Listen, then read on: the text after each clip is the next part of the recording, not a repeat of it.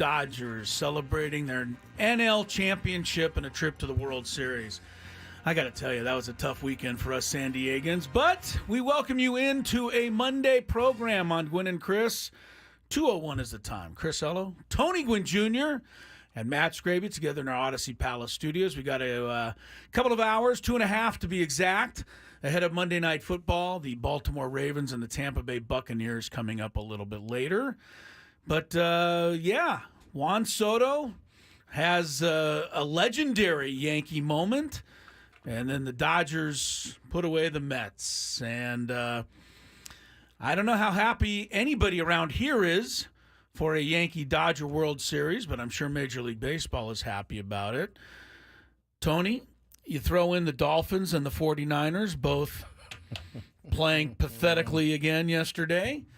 And maybe you could see Scraby and I think, are both a little rankled today heading into the program. I could see that. Yeah. Mr. Soto was on full display as he sent his team to the World Series. And how many of us said, where was that when he was a Padre? Me a million times. Sure, Scraby did. I'm sure the haters were out there saying, where was this with the Padres? Yeah, but honestly, where was it when he was a Padre? I'm not gonna. I don't need to go to the baseball reference point of emphasis here and show you his numbers there because they. But I don't feel like Juan Soto ever had a moment with the Padres. He did come up with a big hit in the playoffs, the big win over the Dodgers in that sixth inning. Yep.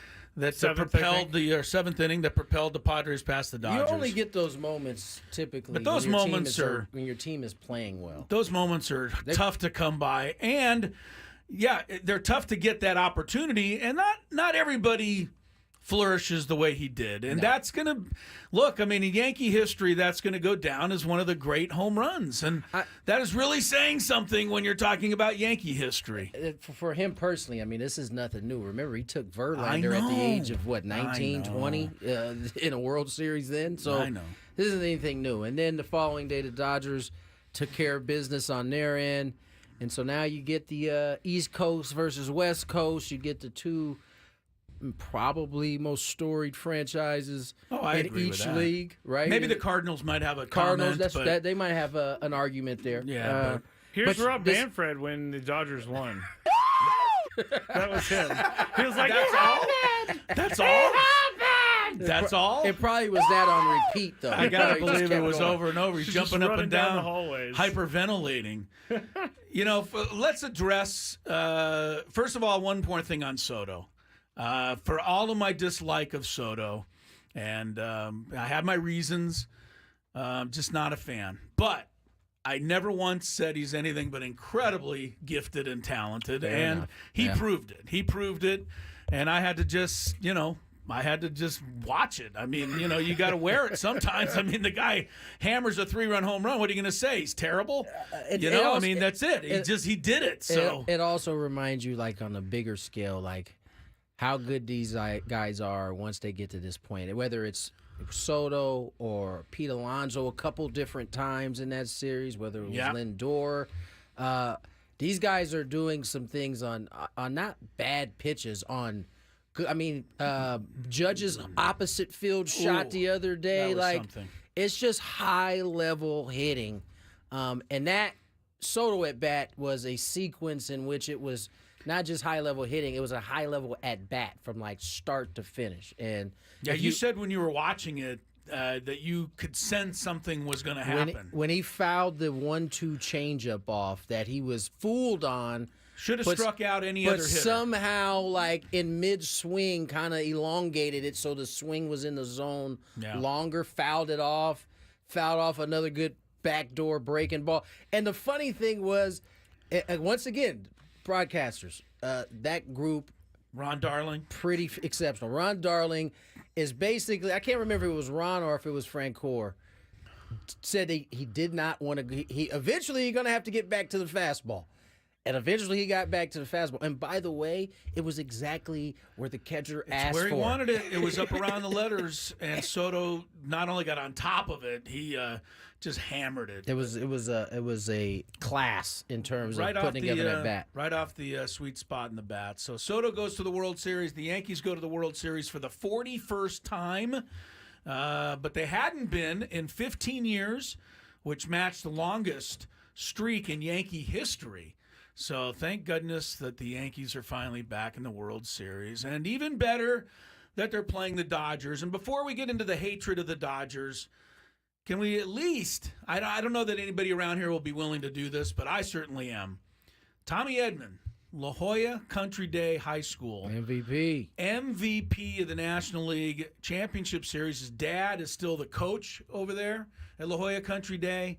And you got to feel good for a kid like that. I mean, he got traded at midseason. You give the Dodgers, I don't want to, congratulate them, but you have to when they get it done. They traded for this guy when he was hurt.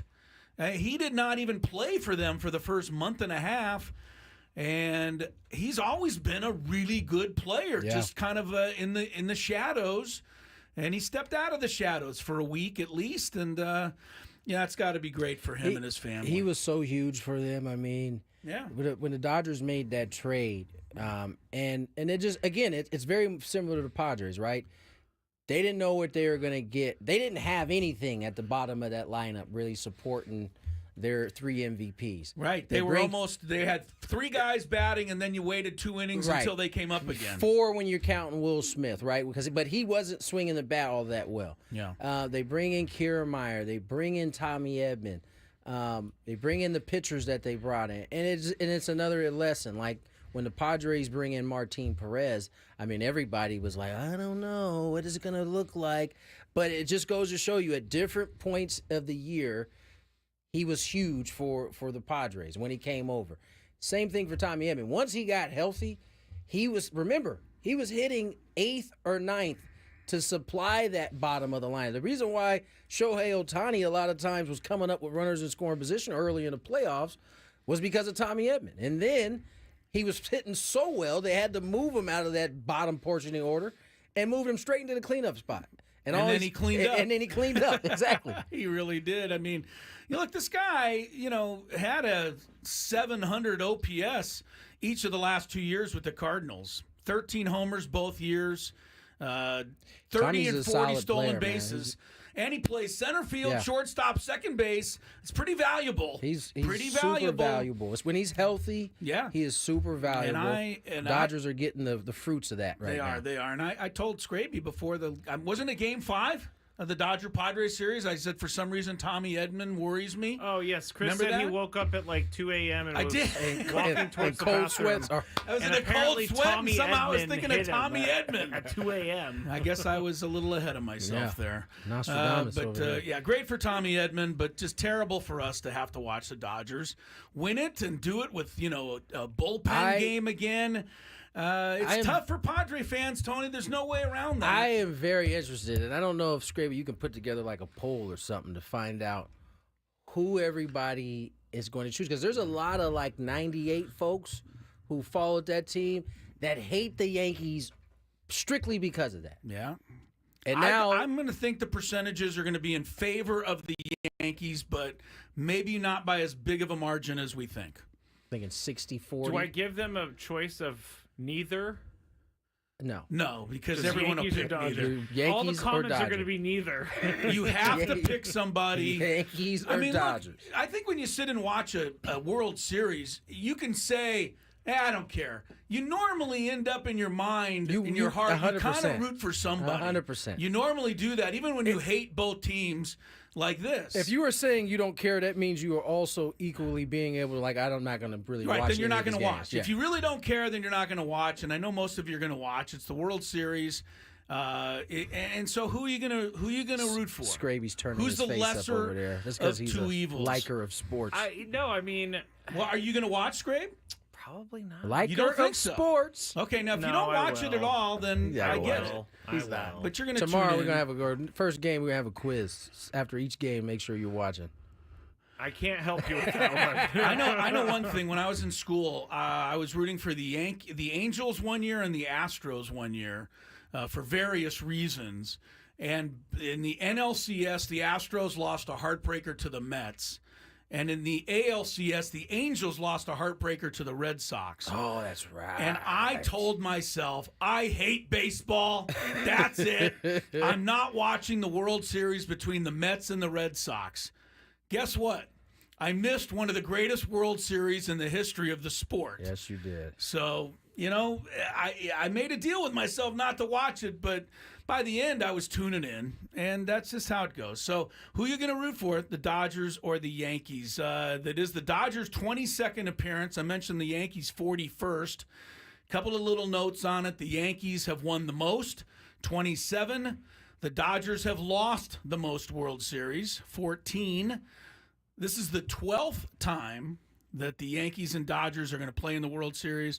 The Yankees have won 8 of 11, but the Dodgers won the last meeting in 1981. And I underscore 1981 just to try our best, Scraby, to take care of the conspiracy people who said, oh, this was preordained before it all started. If that's so, then where has Major League Baseball been for 4 decades?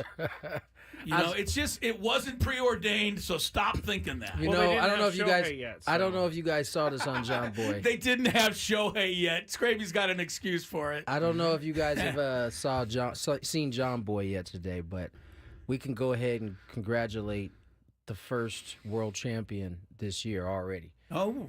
Taylor Trammell has played for both the Dodgers and the Yankees this season. So he is really? guaranteed. So he gets a share and maybe a ring? I don't know about the share part, but he definitely will get a ring. He play enough to get a ring? Yes. Good for him. So Good for Taylor he's Trammell. already a champion one way or another before there's a game played. Yeah. It's heartbreaking that the Padres didn't make it, but they didn't make it. And the Dodgers, look, the 2 magical teams going into the NL playoffs were the Padres and the Mets. And the Dodgers hate it as much as you do. They were able to knock both of them off. So I think they deserve their spot. We'll talk about who's going to win the World Series a little later in the week. I think it's a little early for prognostications. Little early there. We got AJ Preller today, the general manager of the Padres. His end of the season recap press conference. If you missed any of it, I did. I did too. We're going to hear a bunch of that in our 2:30 segment today. So in about 15 minutes, AJ Preller talking about what happened in the Dodgers series. Who's going to fill Joe Musgrove's shoes? Who's going to play shortstop next year? Payroll expectations. Ruben Niebla's future. All of those questions that are on the minds of us and you Padre fans, we'll hear from AJ Preller at the bottom of the hour. So get set for all of that. Of course, we have to talk about the National Football League. The National number Football 7 League. Tony Gwynn Jr.'s favorite quarterback led the Steelers past one of our least favorite quarterbacks. Who's Aaron Rodgers blaming today, by the way, for the loss? I believe the media. It's the media's fault this time. I don't know what he said, but I got a text message saying, oh, Aaron's blaming the media today. He's got to blame somebody for it. You know how that goes with these hot take buttons, these hot click buttons, I should say. I know, but hey, Aaron Rodgers, if you didn't look old, people wouldn't be talking. Aaron Rodgers didn't look great last night. Russell Wilson looked awful for a quarter and a half, but it's not how we judge quarterbacks, no, Chris. The last 2.5 quarters, he was solid, and I just have to basically eat my words on everything that happened this weekend. It's this was a Monday show that if I could ever call in sick, today would have been the day. I have a comment on the chat from a very reasonable baseball fan, from Rick. As a Pods fan since 1980 and a baseball super fan, I'll watch the World Series when I'm not busy, but should be a good series. All right, Rick. Okay, he's going to be tuning in. Rick, I know you're going to be. He said when he's not busy. When that notification hits, you're going to certainly hit that notification button and go right to it. What are you going to do, Rick? Stay at work late instead of watch the World Series? Find it hard to believe. Dolphins went down. That's to be expected, although Tua is supposedly getting ready to play next weekend. And, of course, we can't forget about Scraby's 49ers. We'll tackle them when we return. I can't wait. Can we talk about that next? Yeah, yes, we're talking about it next. No, we're not waiting around. GBU territory. good, bad, and ugly is later, but we can't wait for that. Not when the can't wait. 49ers This is perfect. embarrass themselves on See, I national love it. television. Lots again. to talk about. 49ers could win 90-0 and we won't even talk about it. They lose and we have to put it It second wasn't, segment. let's be honest. It wasn't just that they lost. We'll get into it. We don't need to go With any all further due than respect, that. Scraby, you kind of bring this upon yourself. I do not. do. And, buddy. you're going to have to wear it just like I've been wearing the first segment. Gwynn and Chris is underway on a Monday. It is the start of a brand new week. Beautiful day outside. And we'll have some fun until 4:30 on 97.3 The Fan. Ever felt like you were stuck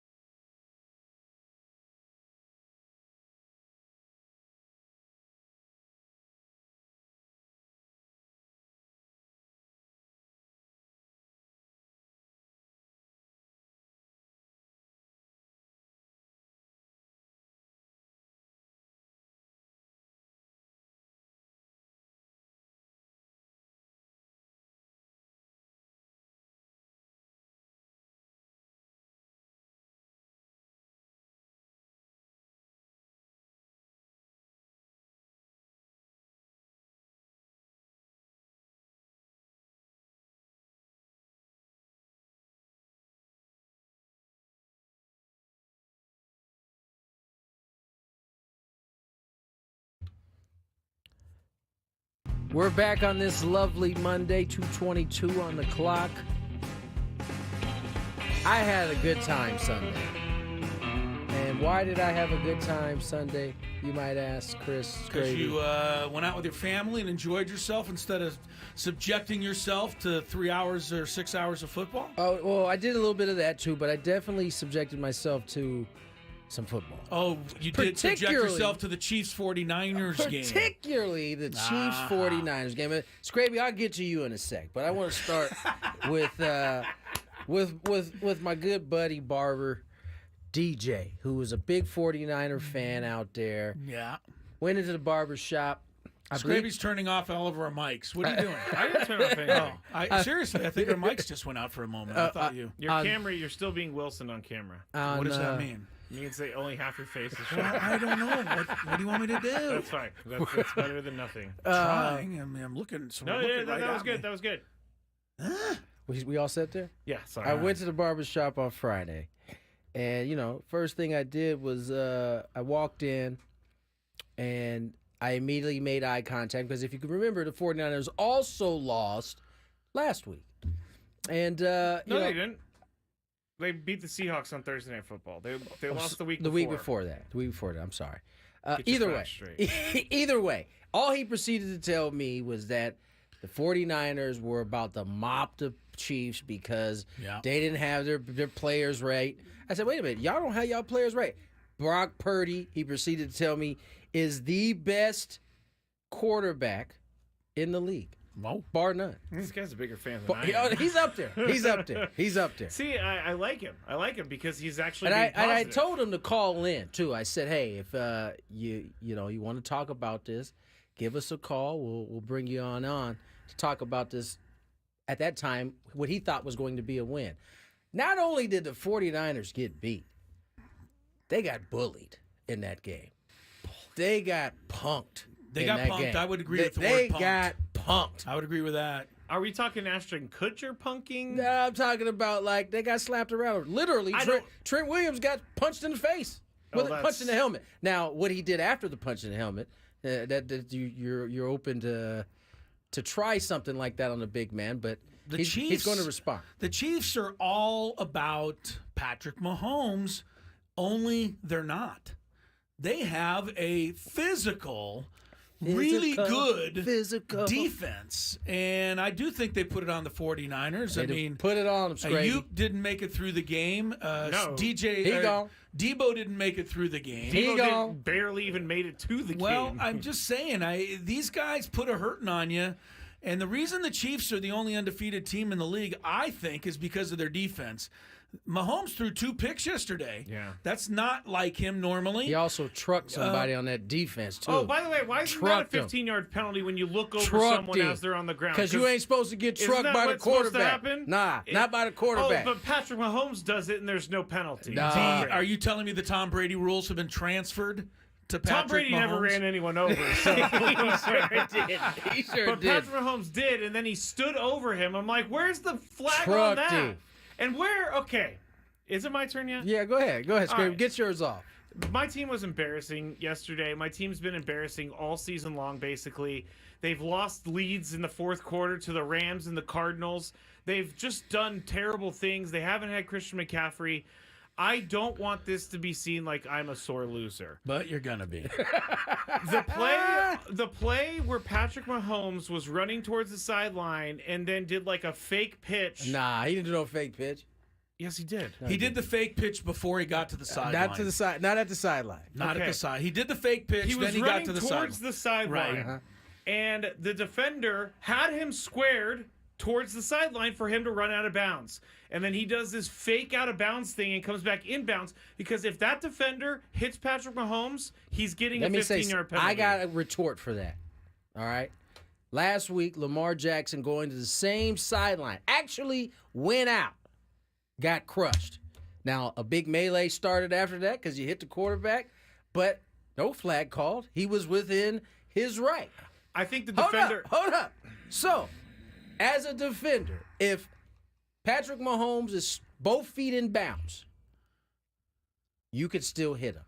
It's the gray area is when that second foot is in the air about to go out of bounds, and you hit him. Patrick Mahomes never got out of bounds. And Yeah, you know, I know, because he hey, faked. whether you decided to give him a pass thinking he was going to go out of bounds, that is on you, my friend. The How many times have we said a defender has no real way to play? I just to told make it a you, tackle Lamar on Jackson someone? got his head clocked off last week. And I hate that it's coming against my team because it's gonna make me be like a sore loser. You are. But You and then are. I see on the chat, well, he got punched in the throat earlier in the game. Oh yeah, he did get punched in the throat. He flopped like crazy. No, he was like, he got punched in the throat. Actually, it was more like I can't do my Kermit scream. I'd like to get in on this. Yeah, go ahead, Chris. Are you gonna pile on me too? Well, You here's the should. thing. I agreed with Scraby after I saw the play. I thought that Mahomes took advantage of the liberty that a quarterback gets by being kind of safe when they get to run out of bounds. And I thought he took advantage of it, planted his foot. The guy went by, and then he took off and picked up another 20 yards. I thought it was a kind of a cheap play. However, Tony has changed my mind. Of course. Not of course. He It's had so he had a funny. perfect point. I didn't. If you don't go out of bounds, Patrick Mahomes got lit up there. It would have been his fault. It would have been his. It would have been fault. his fault. Oh, and I no, can't. No, I can't. You know Well, why? you're because saying- we've seen so many times where Patrick Mahomes is bailed out by penalties that don't actually deserve a flag. If let me say this: if he would have pulled that move and been lit up and a flag, Then you have your argument. we would all be in your favor. I think right now. 100%. But the fact is, he never went out of bounds. Pressure. Mahomes senses it. Steps away. Gets around Fred Warner. Oh, what a run. Now dances for the ball. He's still in bounds. Patrick Mahomes racing to the end zone, and he's out of bounds. They mark him at the 4. How did he do that? Something amiss. So then I watched it a second time and I thought, wow, he pulled a fast one there. And then I wasn't a fan of it because there was the play. What was it, 2 years ago when Kenny Pickett was in college? Pressure. Mahomes senses it. Steps away. Gets around Fred Warner. Oh, what a run. Now dances for the ball. He's still in bounds. Patrick Mahomes racing to the end zone, and he's out of bounds. They mark him at the 4.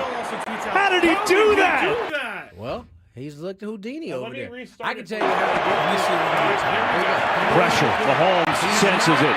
Steps away. Gets around Fred Warner. Oh, what a run. Now dances for the ball. He's still in bounds. Patrick Mahomes racing to the end zone, and he's out of bounds.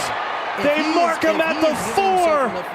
How did he do that? Hey, on you. who was that defender who got fugazied over there? He did get Fugazi. I don't actually know who that is. You know, that's a bad There was feeling. the defender got fugazied, I think. I feel bad for him. Scraby, I really do see your point, and I said so, but I think Tony's argument kind of trumps it. That's all. You've got to hit him. You got to hit him. And that's his fault if he doesn't go to the safety of out of bounds. Sorry, I guess when I played the play, it cut out our mics and just went to Tom Brady going, Oh, no. "Whoa!" Well, Tom Brady's in love with Patrick Mahomes. You understand that. I do. I'm not. And I actually like Patrick Mahomes. He I would think be in we're love watching- with. He would be in love with Brock Purdy if Purdy started playing the way he's capable. I really. I mean, that think- was another factor in this game that we're not talking Yeah, about. he really didn't play think- well. But when I die, I'll get to say I watched the two best quarterbacks in the last 100 years: Tom Brady and Patrick Mahomes. That's great. Well, But Patrick Mahomes is very annoying, and he did Wait, sell why his is it- soul. Why is he to annoying? the devil. though? Why is he annoying? Just because he's annoying. I mean, he just makes Annoying like Tom Brady annoying? Like because he's beating your behind? See, I never, By the way, I never found Tom Brady annoying like that's Patrick because he Mahomes. wasn't kicking the 49ers tail all the time. I must remind you. what is your record against Patrick Mahomes? I was just about to say, Does must that remind correlate? you. Does that have any 100? correlation to your dislike of him? I must say, it is now, 6 consecutive beatdowns. And this one probably the most, slapped of the 5. How did of he the beat 6. you with no receivers and no running backs? Same way he beat the 49ers with no receivers and no running backs. It's the same exact thing. He's just You know, I Brock think Purdy it's doesn't throw- in you guys' head now. Okay. I really do. We're going to be going and talking about AJ Preller, so I'm Hold not up, going real quick before we go to AJ. I think this is really in their head. Maybe. I heard TJ Houshmandzadeh say this on that panel that they have. like on. TJ Houshmandzadeh. He said they need it for peace of mind.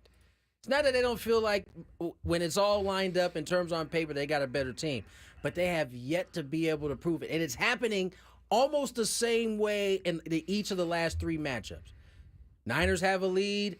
Niners seem to be holding the control. Second half starts, and it completely flips on its head. He's not wrong. He's completely not wrong. flips. And so that tells me that there is something in that mindset of the Niners when they face this particular team that they get the second half, they already kind of have it in their head how it's going to go. Tells me one more thing before you get into it. Kyle Shanahan gets out-coached badly every time. Andy Reid is his pops. You thought the pressure was on Kyle Shanahan last week? I mean, geez. The pressure is really on Kyle Shanahan right now. Yeah. There are people that are higher up in the sports world that are like calling for his job, but it's not going to happen. He's signed through like 2030 or something. For sure. So, that was fun. Just a I brutal. feel good. How you And feel? by the way, do you feel better? I never thought the 49ers were going to. I deserved to win that game. I never during the game they did Doesn't not matter. deserve You're a to win that 49er game. fan. It feels good to come in here and just lay it on you like that. And if they would have won, you would have laid it on us. So yes, 100%. we have to take advantage. You would have definitely. I win with class, guys. That's hilarious, Gravy. All right, let's get to break. That's hilarious. AJ Preller spoke for his end of the year press conference. Yep. He had a Zoom lot conference. of great. He covered things. a lot of ground. Yes. We're going to get to it next here on Gwynn and Chris. Ben and Woods.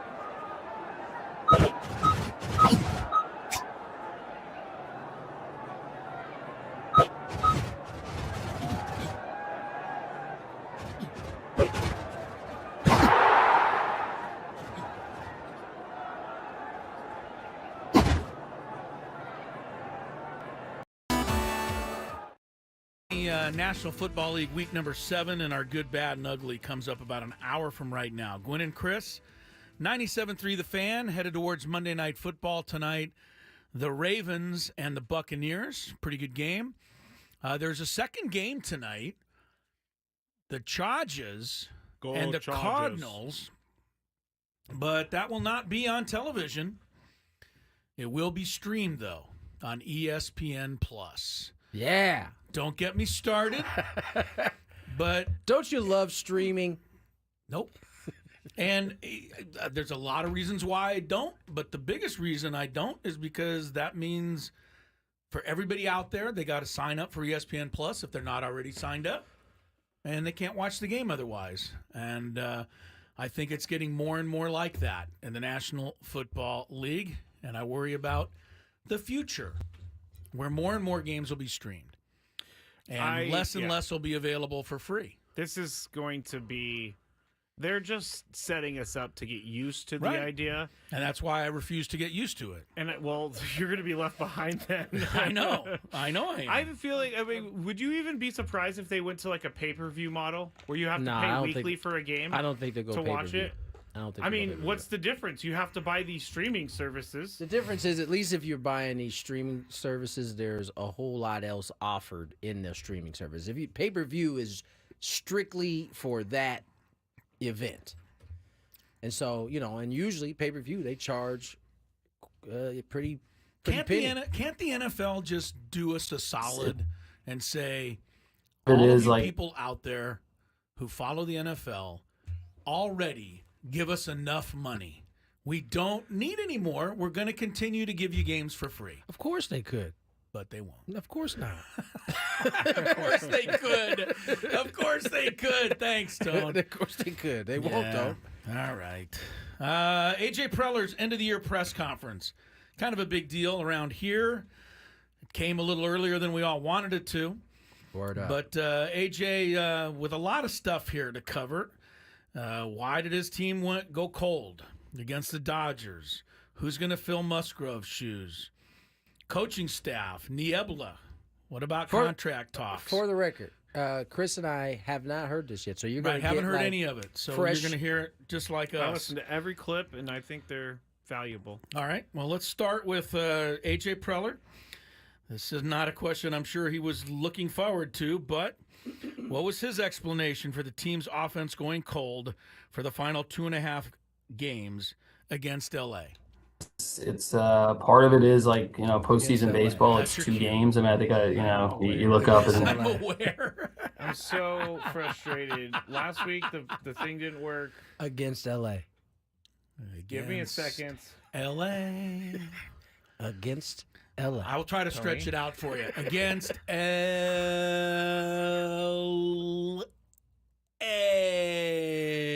All right, I got to do this a different way. So I'm actually frustrated by this guy. Yes, you are. I'm actually But we're frustrated. enjoying it. It's like last week, remember when Angel Reese didn't play even though I had it all ready to go? Against L.A. Against LA. Against L.A. Did we lose to the Dodgers? Did the offense go cold for the last 2.5 games against L.A. LA? again, it's part of it is like postseason baseball. It's 2 games. I mean, I think you look up and if a guy goes 0 for 8, he's not a postseason performer, and obviously during the regular season it's just 0 for 8. It's 2 games, etc. So. I think we'll, again, like talk about it a little bit more. I think our offense worked best when it was kind of move the line, use the big part of the field. Obviously credits to the Dodger pitching. We know that they've got a good staff, especially a good, that bullpen staff. We didn't quite solve that, at the end of the season.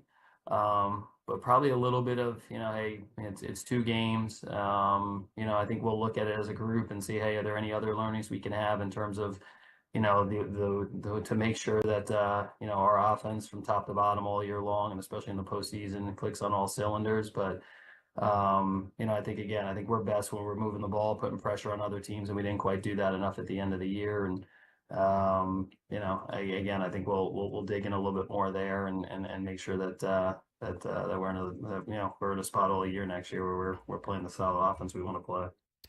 I don't think any Padre fan really wanted to hear that, but that's the answer. Yeah. I mean, I'm sorry. That's the answer. They were the best or one of the best offenses in baseball for 170 games. And then for 2.5 games, they were one of the worst. Yep. But I don't know what you could do to prepare for that as a general manager. I don't know what, Mike Schilt could have done. And, sure, the guy started probably pressing, but I think that's the nature of postseason baseball. When it starts going down, it is harder to turn it around. Right, because way more than in the you want to win in the regular season, but you have to win in the postseason. So the pressing start, and I think AJ kind of alluded to it. He said our offense worked best. We were kind of moving it up and down the line, using the big part of the field. I assume he referenced that because he may have noticed that they got a little bit away from using the big part of the field in those last 2.5 games. So, nonetheless, it is kind of how postseason baseball goes. As he says, in a regular season, you go 0 for 8. It's just 2 games. And postseason, you go 0 for 8. You go home. It's your butt. Yeah, it's a wrap. It's a wrap. All right. So there's that one. All right. Now, moving ahead, AJ Preller discussing about how he's going to go about filling Joe Musgrove's spot in next year's starting rotation. Of course, we know that Joe is unfortunately going to miss all of next season, or maybe he could make a comeback really late in the year, but going to be without him for the most part. I mean, I think again, same thing. Go back to the process. We'll kind of starting that process of evaluation, ranking, looking at trade, free agency, outside the organization, and kind of weigh out what the what the cost is to do business on that front. And then obviously internal, inside options. We had guys step up this year. I think, we'll be looking at, obviously some of the guys that were on the roster this year to step up. And also you look at guys like, the Matt Waldrons, Randy Vasquez, some guys that their first year of, from a big league standpoint that showed they can start in the big leagues. It's our job now to continue to develop those guys and have them take bigger steps here in year 2 and year 3 in certain cases. So, you talk about it all the time. We were always looking for pitching and starting pitching. Joe's a definite, it's a big loss, no doubt, to not have somebody like Joe all year long on the mound, or, what he brings to the clubhouse. So, we're gonna look a lot of different places, but that's what the next 5 or 6 months are for, to go line up some good options and guys that we feel good about. We've done it over the last few years. Look at Waka, Lugo a couple of years ago, Nick Martinez at different points in time, and obviously this year bringing in a Michael King, bringing in a Dylan Cease. So we will we'll keep weighing out all our options, and hopefully we feel good. We'll bring in some guys that can try to fill that void. It's not going to be easy to fill Joe Musgrove's void. The one thing I would say, I'll ask you this, Tony. You expect Musgrove to still be around the team next year. His value to the team is always more than just his actual pitching.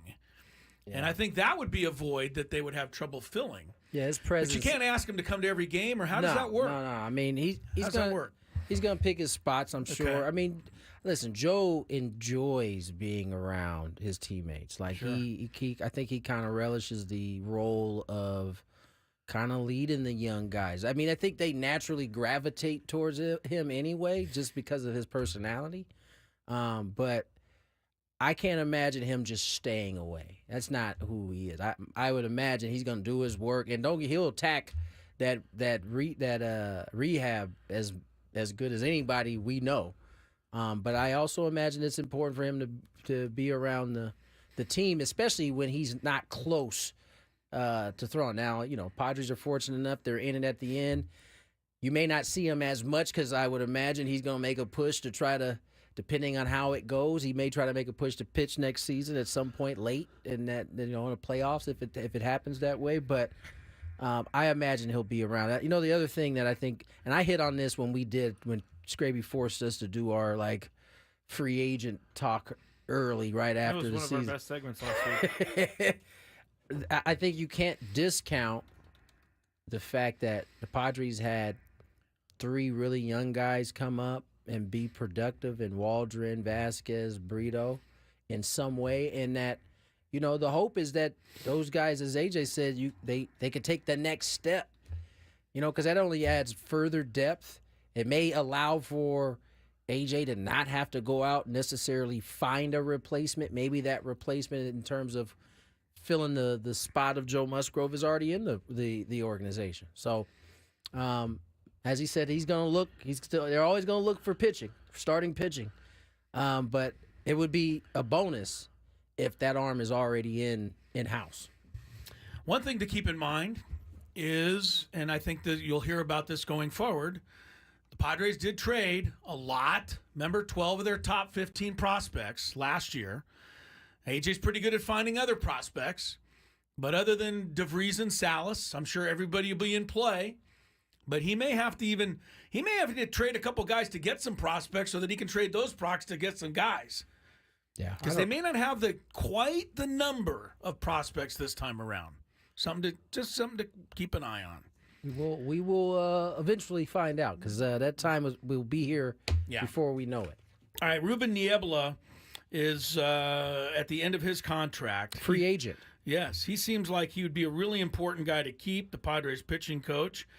AJ Preller was asked if he expects the teams. He doesn't want you to get there yet. No, I need to open the thing because I had another one open, but we went over this before. It's 2478. I told you the wrong number. Again, Oh, okay. 2478. Not a big deal, Chris. Not a big deal. I made the mistake. I'm giving myself 20 lashes for that. Okay, here we go. All right, AJ. Sorry. 20 lashes. Yeah, again, like I've had a lot of talks with Mike with Schilt over the last few days. Getting really productive. On a lot of different fronts, but definitely with the staff. And I think probably me and him, we sit down similar to what we did last year. You sit down, and talk about what's the best staff for this team, this group.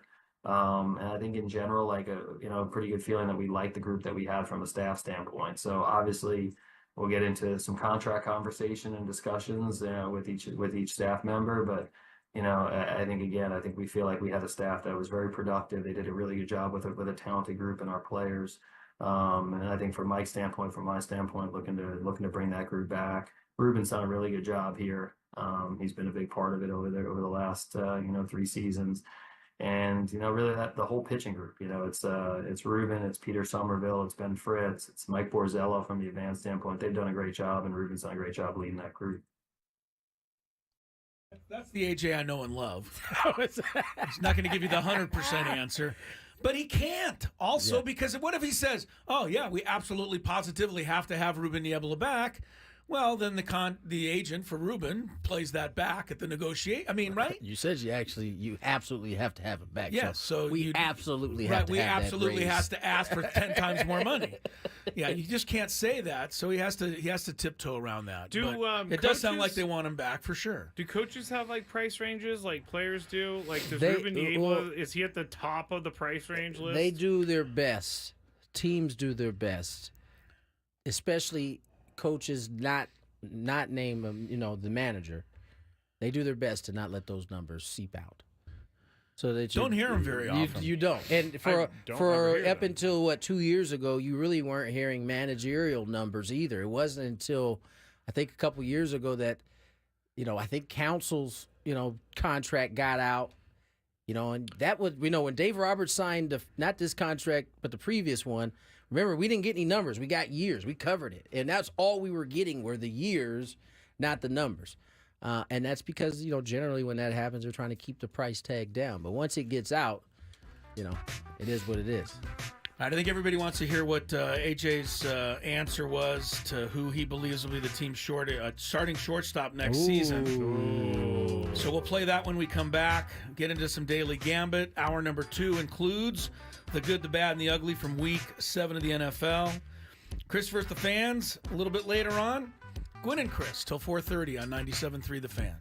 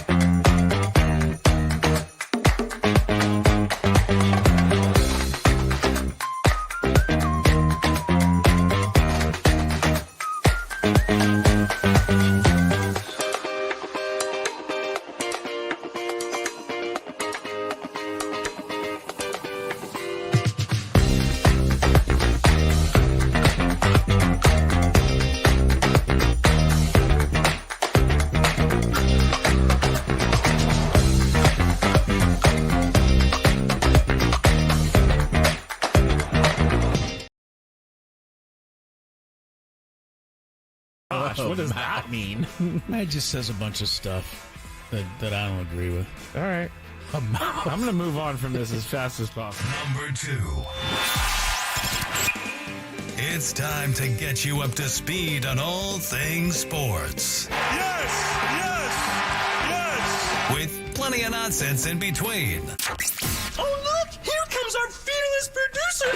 Gwynn and Chris starts right now on 97.3 The Fan. What's up, San Diego? Welcome back to Gwynn and Chris. Tony Gwynn Jr., Chris Ello, Matt. Sorry, Matt Scraby. Matt Scraby. Anyway, yeah. Am I missing something? Sorry, your just name elicited a bunch of spit that just clogged in the back of my throat there. Yeah, so. that's whenever I think about Patrick Mahomes, that happens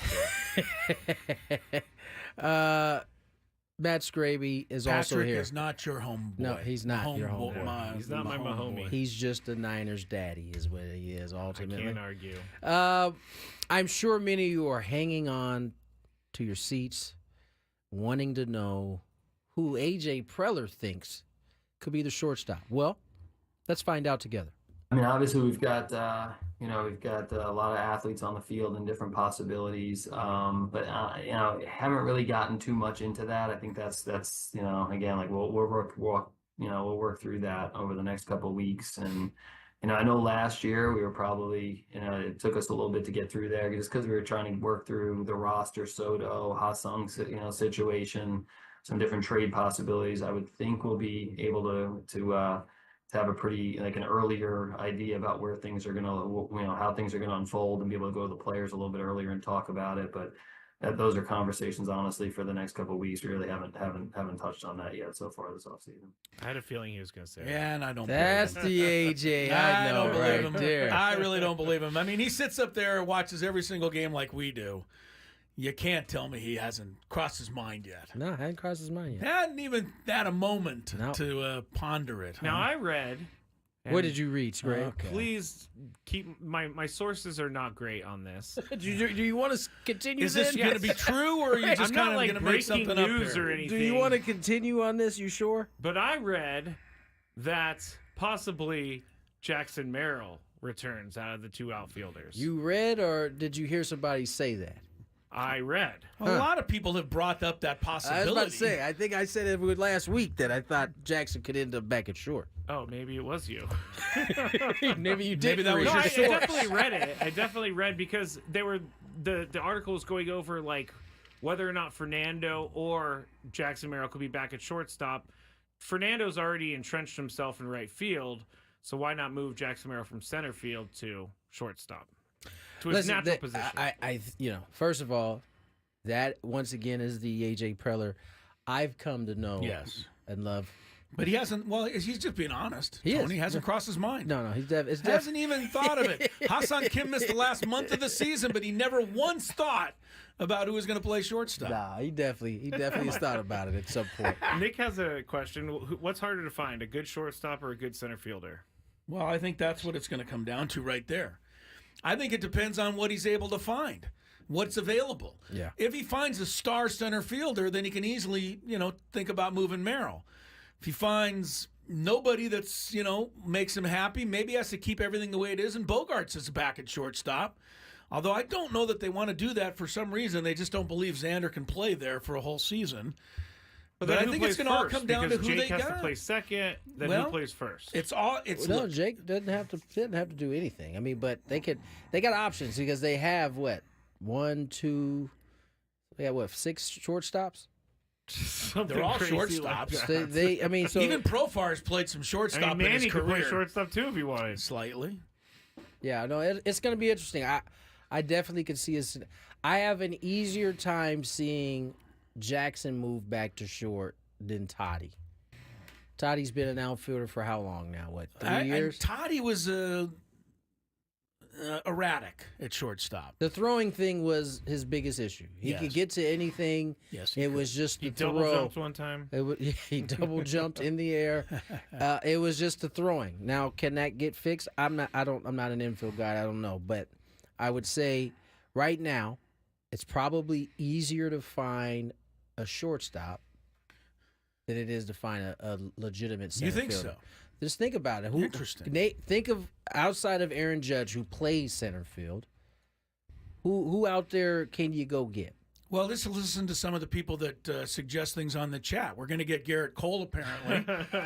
So we might as well just go get Judge at the same time. Okay, I see. Arson. And Blake Snell. And, I mean, these people are hilarious out there, the people we're going to get. How much is the Toddy throwing errors from shortstop due to, and I'm being serious, Eric Hosmer playing first base? None. Okay. Wow. All right. Wow. We just gonna Fast blame Eric zero on for the that throws too. No, I mean digging them out. No, that's not right. They weren't. They Hosmer's- weren't just in the dirt. By the way, they were wide left, wide right. By the way, I saw somebody the other day. I can't remember which first baseman it was in which game, but they stepped back behind into foul territory to catch a throw, which was the play that had to be made. Right. And I thought, oh boy, the Padre fans would crucify if Eric Hosmer ever got caught doing that again. Yeah, I don't. That's why I asked the question. Yeah, No, no, that has- wasn't a good question. It has zero. Okay, it was a better question than you're giving it credit for. No, No, not it that one. wasn't. All right. Are we doing some Daily Gambit? Yeah, All right. we're ready. Let's hop into Daily Gambit. Do you like money? I think about money a lot. Do you like money without doing anything? Winning. Do you want to make money while watching sports? I think Washington is immortal luck. Washington! Woohoo! If you answered yes, this is your segment. Just don't blame us when you lose. Nothing is ever your fault. It's your game. Take it. Gwynn and Chris go through the top bets of the day in The Daily Gambit on 97.3 The Fan. Daily Gambit is our daily sports betting segment here on Gwynn and Chris. Please, everybody, gamble responsibly. We had some bets from over the weekend. The first one, Yankees and the Guardians on Friday night. Yankees were -1.5 on the run line. Chris and I chose the Guards. Tony chose the Yanks. Yanks end up winning 8-6 in that one. By the way, we haven't even talked about Giancarlo Stanton, like finding the fountain of youth in that series. How about Giancarlo Stanton has a better home run rate in the postseason than Babe Ruth now? Giancarlo Pretty good has company. always been a high performer come postseason time. I just didn't think this version of Giancarlo. I wasn't would be the expecting guy. it either. That was a great series. I know the Yankees really win in was. 5, It really but was. every game came to the 9th inning It tied. was. So, You know what else I it love, really was too? pretty good. I love the fact, and I know you picked on him a little bit, but Stephen Vogt. I love the fact that he kept going back to his best arm. It didn't matter that Clase had given up a couple runs and Yeah. 2 outings. He didn't. He was like, listen, I'm Did living they have and anybody dying. else, They though? didn't have anybody else. But how often in today's world are we going a different route because that guy didn't have success in that one moment or that second moment? He stuck with him, and it didn't work out because the other team was Can just you better. imagine if that was Robert Suarez going No, into the... I wouldn't. I don't even want to imagine. But the Padres had other choices. He didn't. That's true. The other thing is what happened to Clase. Remember, he gave up 4 runs the whole season. He gave up 12 or something in 2 games. yeah.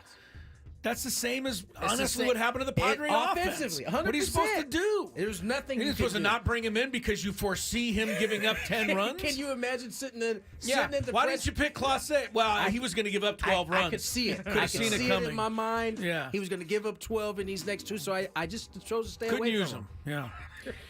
That's pretty funny. To hang with him. Second bet we made, Juan Soto 1.5 total bases over under on Friday, and Chris went under. Tony and I went over. He I think homered in the first yeah, inning. I think he did. Just stick it to me again. So that's 4 bases right You know, there. Juan, if you ever want me on your good side, you're not doing anything to help it. Luis Gil over under 4.5 strikeouts. Chris and I went under. Tony went over. He only had 3 strikeouts, so I don't know why you're flexing over there. 'cause Oh, you dang, I said thought he had over. 4.5. Dang. Army -17 over East Carolina. East Carolina fired their coach after this game, I believe.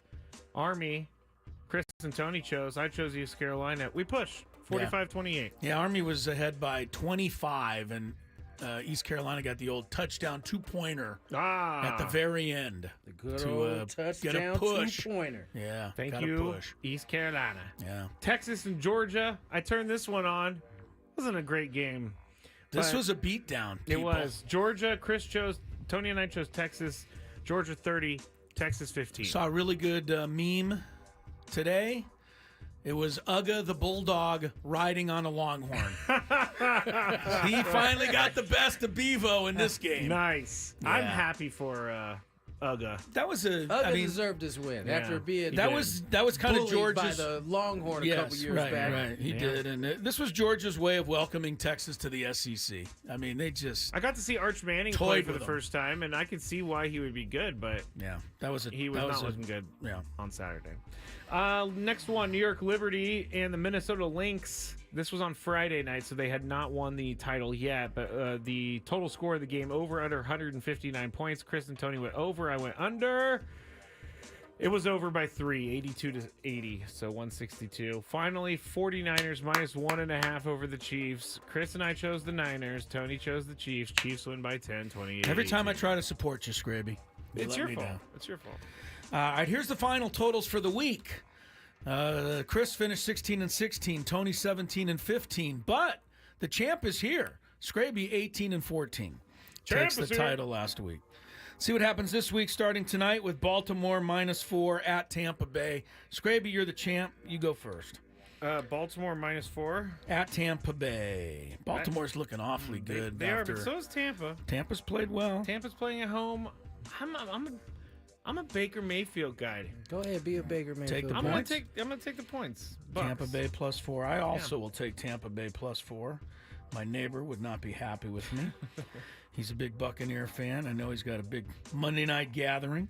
Tony, I assume you're going with Lamar. Give me You normally King do. Henry and Lamar man. Jackson. Yeah. I'm going to thank all the yeah. teams in the NFL for passing on Derrick Henry. Especially the Cowboys. Just Shout for out letting to you him guys. go play with the best offensive line and running game in pro football. Nothing better. 50.5 points for this game, guys. 50.5. This is an over, I think, today. 27-24 at least. Tony, 50.5. it's a pretty high total That's for an that's NFL a game. lot. Yeah. I'm gonna go under. Under? Yeah. Scraby? I feel like Chris, this is gonna be a shootout. Over. Over. Chargers -1 at Arizona. The game you can read about in the paper tomorrow if you don't have ESPN Plus. Although I do have one secret for those of you who have Spectrum or something like that. The NFL Network will carry this game Oh yeah, what time? delayed at 10 p.m. Oh, okay, all right. They don't carry it live, but you could tape it at 10 p.m. If you do choose to do that, you have to cover the bottom of the screen when you watch the game because the That's NFL right. It Network will is have the score on stupid there. and they'll put the score up. You need to So be I'm more just like telling me. you. Not care about the result. Well, just see how it gets there. All right, I'm just saying if you care about not knowing the score and you tape the Scrappy, game, I don't know if you know. to take precautions. We have a lot of listeners that actually love sports, and that's not acceptable to them to just kind of. It's the same thing as. No, it's really not. I'm the same thing when someone It's really says, not. "Hey, do you not want me to spoil that movie?" I'm just like, "Tell me the ending. Who cares? Yeah, I'm gonna no. find out how it happens." No, that's not. You remember the maddest they ever got at him, Tony? Yes, I do. I remember do. this. We were at Cathedral And Fresno Catholic State High leads School. 7-0 in the first And quarter. he had like such a little smug face when he did it too. Like, no, I For the millionth time, we are a sports talk show in San Diego, and Chris refused to give the score of a game because he had it DVR'd at home. And you just went right against my wishes. 100% he did. I'm still mad at you. Let's see. Tony, you're first. Chargers -1 at Cardinals. Who do you like? Chargers. The Bolts. Chargers, Scraby? baby. I'm gonna go Cardinals. Kyler Murray at home. He looked good at home. I'll take Arizona here, but it's going to be the Chargers with Harbaugh. Scares me. Lamar, 52.5 rushing yards, Tony. Book it. Book Over. it. Tony. Actually, Scraby was first, but I messed It's up. okay. Scraby, you're up. Book it. Book it. Under. Under. Under, he says. The thing that scares me about an under is that he can get that on one rush. Yes, he One can. rush. 52.5. Yes, he can. I'll say over. It's going to be a high-scoring game. All right, Marvin Harrison tonight, 54.5 receiving yards. Chris, I'm going to say under because Marvin Harrison has like all his receiving yards in one quarter of one game really this year. Does. Is he playing? He was concussed last game. I believe is in. Is. Okay. Yeah. Is it my turn? I said under. Tony. We're going to go over. Over. Chris makes a really good point, though. He had one half of the year that he was incredible. He was unbelievable for one quarter, but the rest of the time he's been invisible. I feel like tonight's Monday Night Football game over. Over. All right, we got one NHL game. It's the only NHL game tonight. Toronto at home is a 1.5-goal favorite over the Tampa Bay Lightning. I know you guys like me to give you some background. Please. Tampa Bay Lightning, 3-1 to open the season. Toronto, 3-2. So it's obviously early. Toronto's at home. Toronto is one of those teams that they are picking to potentially make the finals this year. Doesn't mean they will. Scraby. Oh, I'm first. Toronto minus 1.5. Lightning. The Ning. They call him the yes. Ning, which I really don't think like sounds that either. great. I don't like that either. For that reason, I'll take the Leafs, which sounds fine. The Leaves. The Leaves. They used to, when they were bad, they were called when they were bad, they were called the Toronto Maple Loafs. But for now, the Leafs. Tony. Lightning. The Ning. Yeah, I definitely don't like that. No, it's bad, right? It's Wait, is that a real thing? The Ning? Yeah, they call them that. For some reason, they feel like every team in the NHL has to be able to be described by one syllable. So the Ning. Penguins are like the Pens. Makes sense. Yes. The Montreal Canadiens makes no sense. They're the Habs. No. And the reason they're called the Habs is because... Habitants? Yes, the habitants of Montreal is another way the Canadians were originally described. I can't stand you, too. He was feeling himself after he nailed that. Well, Tony right looked at me like, He was wow, pretty you happy. knew that? And I'm like, I was yeah. pretty surprised that you knew that, too. I am kind of smart. Yeah, you got the Sens for He the loves Senators. history. What That's about for the sure. Sharkies? I mean, there's a Sharks that's is two one syllable. No, Sharkies. Sharkies Oh, is stop. 2. They don't call them the Sharkies. Colorado's the Avs, the Preds. Anyway, you can't do it with every team, and the Ning is Nings. proof of that. Bat fan is really upset that the Oilers are starting slow. Oilers are off to a slow start indeed, 2-4, but they got off to a slow start last year, and they ended up in the Cup final. So we'll see how it all turns out. Early going in the NHL. Early going on, well, actually halfway mark of Gwynn and Chris today, and Tony's going to tell you all about it. It's his turn. We will. Go to break. Here's some traffic, and then we'll get into Tua. Mr. Hey. Yes. Chris's quarterback is coming back. It's going to sound like Tua one day.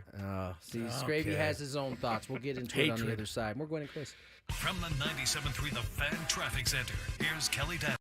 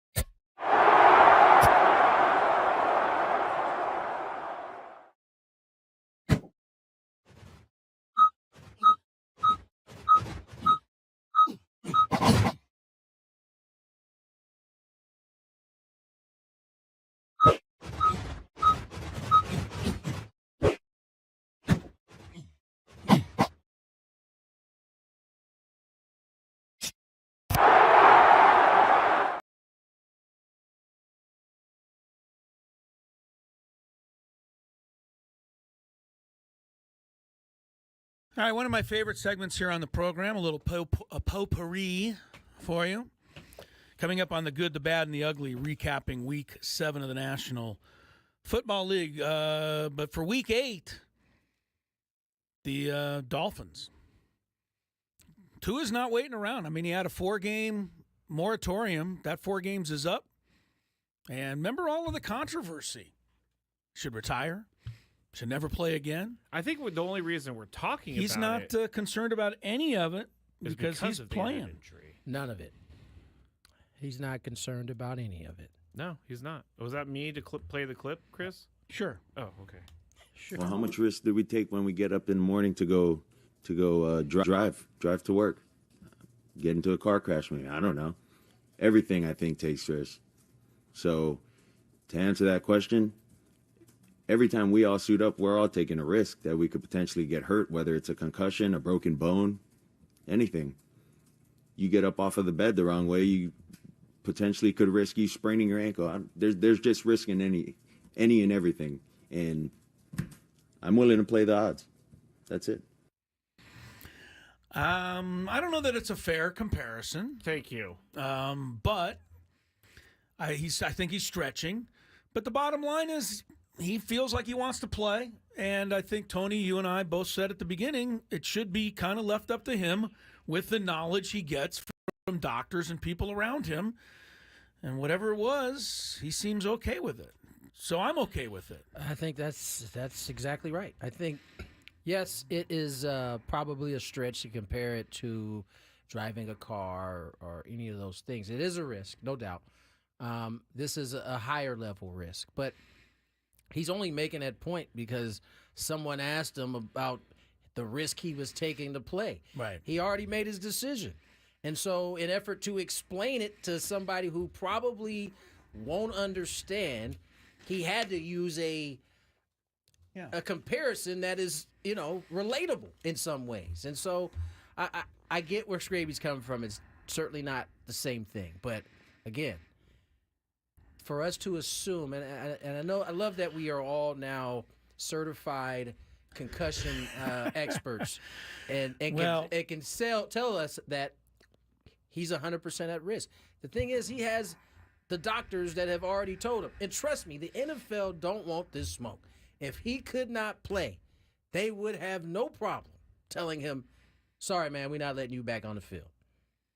And if he gets a concussion, the I told you so people are going to come out of everywhere. And you still may not be right because he could still come back and play after that next one. Here's the funny thing. Steve Young, Troy Aikman, how many concussions did they have? Nobody knows. We don't know. Nobody knows. Tua's had 3. Sounds ridiculous, but I bet you it's 1/3 the number that Aikman and Young had. Right? And I'm not defending his decision. I'm saying this is where he's coming from, and it's his call. So I mean, it is his call. Solely his call. Definitely. I don't know why Tony needed to take that tone with me, but it's okay. I do worry for him, though. I worry because, you know what? Honestly, if I was him, I'd probably play 2. Because what else are you going to do? I mean, this is what he's been working for his entire life. And I'm hoping that he actually, sat down and really listened to doctors, talk with his family. I just worry for him. Because he does that, and I know I'm not a doctor, but he does that boxer's pose when he goes down. Everybody does. But he seems to be doing it every single time it happens. And, again, they wouldn't let him play if his life was in danger. But I wouldn't feel think like his so. life is in danger. I mean, look, could I sit here right now? You know my thing, I'm not a motorcycle riding fan and the noise, and I get off my lawn. But there's no way I would ever sit here, as long as it's legal to ride motorcycles, and try to tell anybody out there they shouldn't do it because of the risks involved. And there's certainly more risks riding a motorcycle than driving a car. Is that fair to say? Yes. So, but everybody, those people get up every day, put their helmet on, and drive between traffic lanes. That's what they want to do. Yes, they do. I wouldn't do it. I'm like, but anyway. I tripped over the baby gate that keeps me in my room from sleepwalking the other day, and you know. What? You actually have one? Were you sleepwalking when you tripped over it? Or? I was. It worked. You're still. Wait, It woke you up? You're still did, I sleepwalking. fell. This That's is still a thing. crazy. I sleepwalk far too often. Dude, how haven't you got yourself hurt? There have been a few times when I was a drinker where I was drunk and sleepwalking, and Wow, that's a combo. I do remember falling in the middle of the street in my underwear one time because. Wait! You got out the house? I did. I've also. Have we not talked about this on I the feel show? like I think heard so, that. but I think we need a reboot. I've eaten a soap sandwich before. I've heard the soap I remember sandwich. that one. where I put soap inside of 2 pieces of bread and I ate it, and I woke up kind of in the middle of eating it. It's bad. I have a sleepwalking problem, but I did trip over the gate the other day, and I could have died. You never know. I would hate that to happen.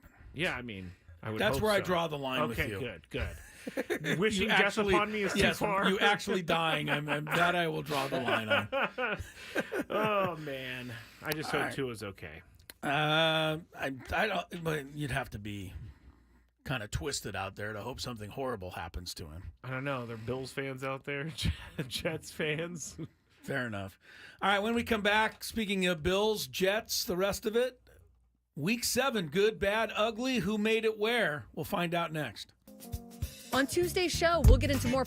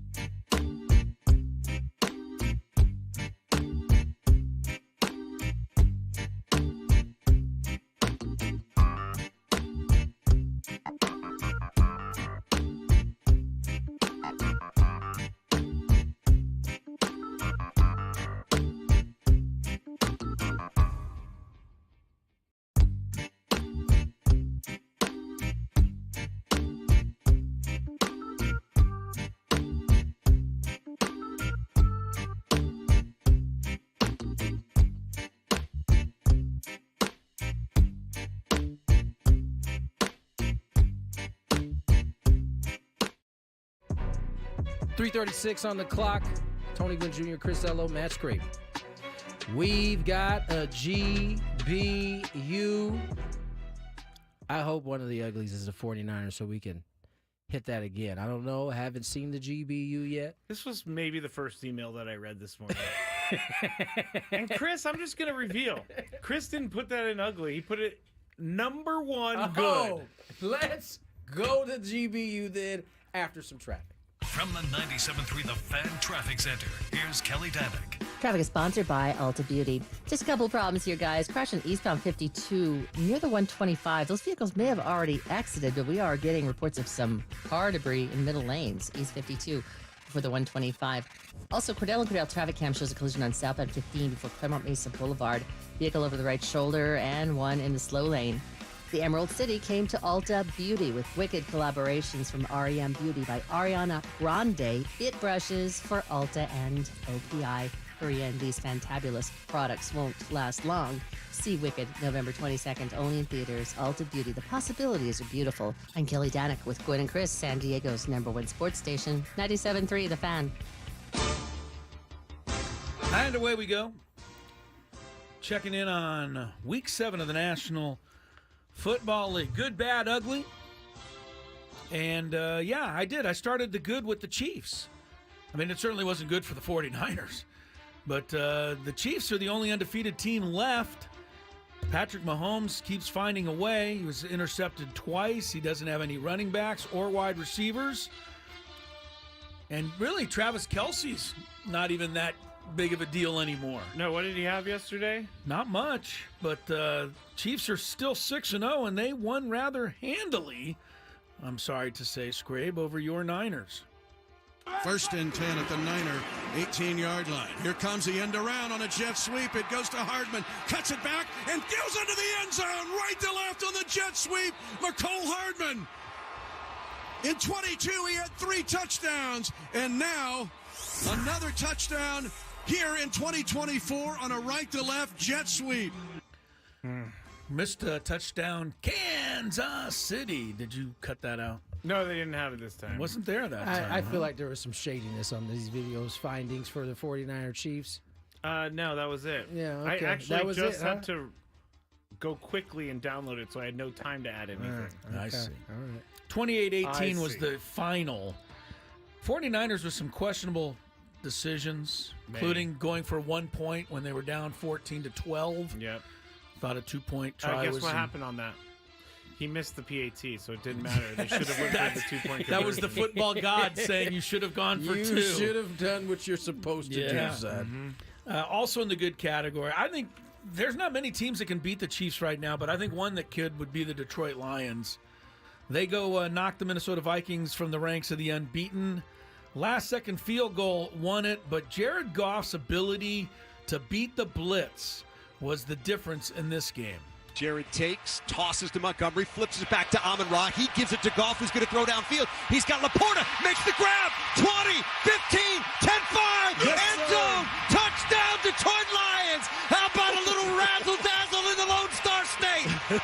52 yards. I love Scraby more than life itself, but that was a touchdown from last week's victory over the Cowboys. It was. So I don't know how that got in there.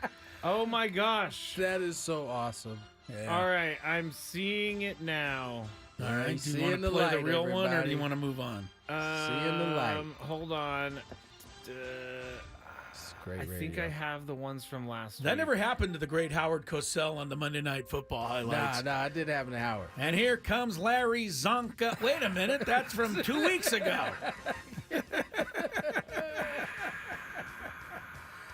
What do we got over there, Scrape? Okay, hold on. What are we doing? All right. Man, this is GBU embarrassing. was rolling nice. I really like to be One good. highlight in. I should have known boom. that. That's why I didn't have my McCole Hardman, because I just pulled in everything from last week. So here is what we wanted. Goff takes back, looking, step fires right, throws wide open downfield. Caught, end zone, touchdown, Detroit Lions. That is terrific protection up front. That gave Goff time. He found Amon-Ra streaking up the field. He dropped it in the basket, 14 to the house, and the Lions have got the lead. Take a breath, dude. Man, yeah, he sounded a little. He was angry, a little pumped up. That was nice. That was an all-out blitz by the Vikings, and Goff beat it with a beautiful pass to Amon-Ra. Lions go on to win on the last-second kick, 31-29. Also in the good category, the Green Bay Packers. That whole NFC South or North or whatever, North.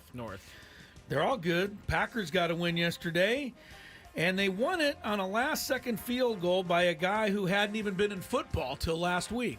Hand in hand. Here's the snap. Low snap. Placement made. Kick to the upright. And it is good. It is good. It is good. The Green Bay Packers have won. Brandon McManus, 45-yard field goal. Welcome to Green Bay. I've watched Brandon McManus kick for a long time with the Broncos. I wonder why he wasn't employed this year. Didn't he have that? Was it incident? a contract thing? No, it was. He was accused of. Was he he talking to a younger? Oh, I don't know of the exact details. But I there take was, back my yes, like there of was, Brandon McManus. But apparently he was clear. He was clear. Oh, He was okay. cleared of any wrong. But yes, there was. That's why he wasn't on a team. Ah, well, the Packers got him just in time. 24-22 over the Texans, who really look good even in defeat. Into the bad category. Wait, didn't CJ Stroud only have like 81 yards passing yesterday? He did. Yeah, but how does that make them look good? Well, they led the game. They rallied. They rallied back. They had the lead. I thought it was a tough game for the Texans. Listen, you know, not Jared Goff. What's your boy's Jared. name? What's your No, boy's Jeff name? is his evil twin. Not Jared. I'm not talking about the Goff. Purdy, Brock. What? Hey, I didn't say anything about Brock. I'm just saying, don't throw shade at CJ and the Texans over there. Texans had the running game going. There. Fine. All right, speaking of quarterbacks that used to be good. Pittsburgh 37, Aaron Rodgers, Jets the 15. Devontae Adams, so glad he hurried back so I could get him in my lineup for 3 catches and 30 yards. That was, listen, honestly, like, where was he? That was better than what we've gotten the last 3 weeks. Fair enough. My replacements weren't getting nothing, but he also chased down someone to save a touchdown. That was a hell of a play. I got to give him credit for that. Feeling just fine. His hamstring is fine, but the Jets are not.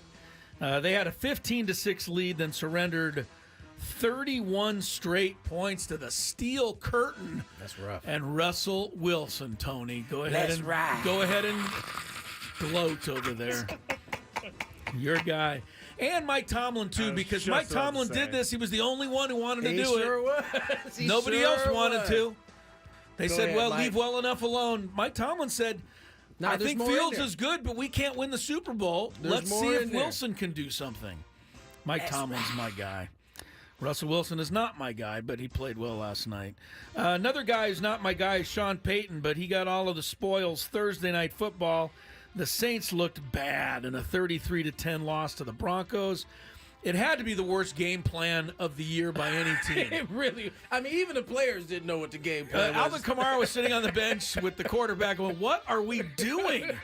Kamara got 7 carries, and the game was close most of the game. It got out of hand late.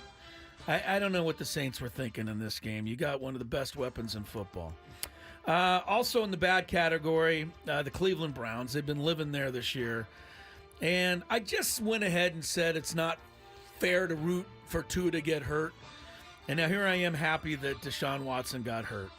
So that's happy hypocritical. is a weird word. Yeah, happy's not the right word. The karma, I guess maybe you could say. Torn Achilles, ruptured Achilles. He's obviously done for this season and maybe much longer. Made their decision very easy for quarterback. Bengals took advantage. Joe Burrow found his old friend. Burrow back to throw. Passes toward the pylon. Caught. Jamar Chase. Touchdown. Bengals. Baby, I miss our guy there. Jamar Chase with his 6th touchdown catch this season. And the Bengals push the lead. What was our old friend's name there? The Bengals guy? Yeah, Bengals guy. Haven't heard can't much from him remember. in a while. We were on a first name basis. We there for a were. little bit. We were like going to. Is it Tom something? Nah, I got to look it up now. Scraby. All right, I'll look. Not that you have nothing else to do over there. Into the ugly category we go. And if you're the Giants, it couldn't get a whole lot uglier than basically your coach and your quarterback feuding, your team not able to. Dave Lapham on the Bengals yelling. Yes. Your team not able to score. You're getting blown out at home. And oh, by the way, the guy you let go on national television, mind you, on HBO, scored 176 yards rushing yesterday. What is the owner's name? Mara. John Mara. John Mara's voice is ringing in my head because after they made, he's like, man, I'm going to be sick to my stomach if he signs with the Eagles. You guys didn't see this? Yeah, no, we saw it. That I just keep looking at that GM who's like so sure that parting with him was fine. That's the funny part is as he was saying that the GM had this like big smirk on his face, like it was funny. Like he knew that he was right. It's not funny. It was wrong, and the Eagles blew him out with a little passing as well. Hurts takes the snap. He's back. He steps up. He lets it go, and it is caught in for the touchdown. AJ Brown. I think we need a new play-by-play guy in Philadelphia. I was just gonna say, but I'm looking up Merrill Reese right now. The reason I'm looking him up is because I want to see just how old he honestly is. He's been doing this for a long time. He's now 82 years old. I got to give a little thumbs up for anybody. He was able to still see A.J. Brown down there. For real. Give him something. For real.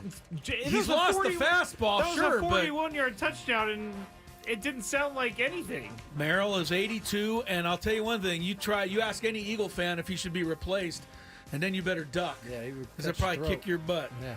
What was Jerry here? I mean, never wanted Jerry replaced here with the Padres. Ever.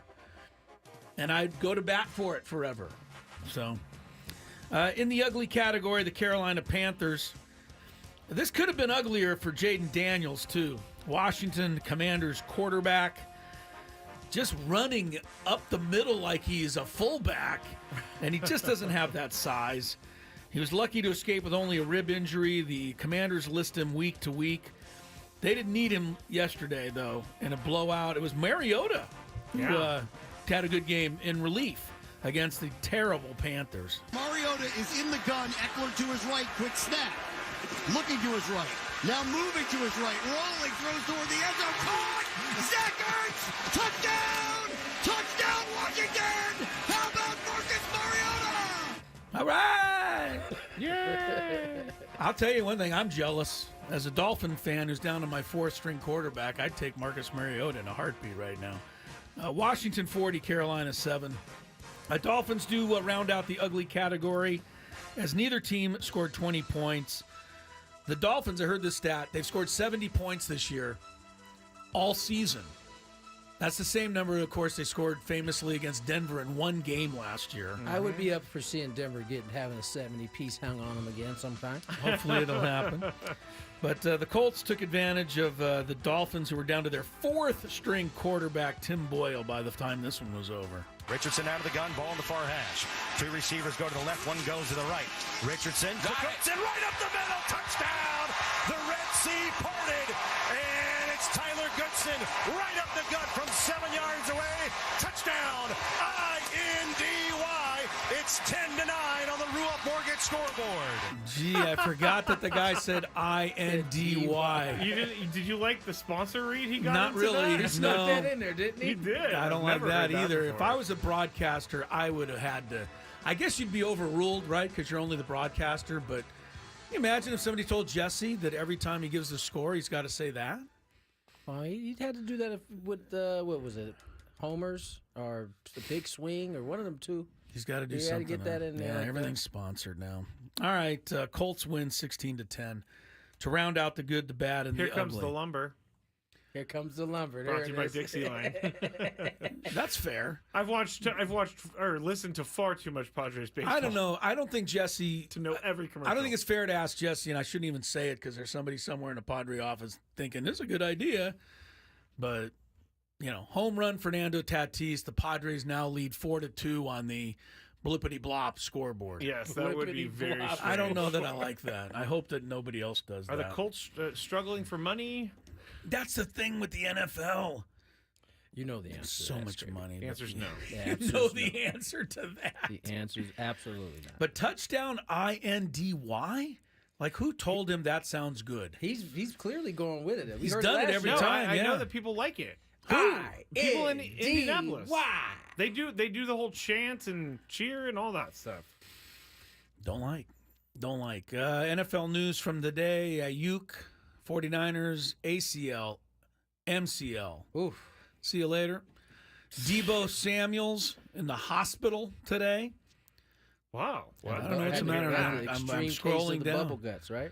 I actually don't know what kind of illness he had, but he was on the sideline yesterday, which made me think, why are you letting a sick guy around all the other guys? Isn't that just going to make everybody sick? I thought you told me before we came on today that he had a tough time, Oh, I didn't actually mean that he soiled himself. I thought that was that real thing. Like he could. Well, it might have happened if he's now in the hospital.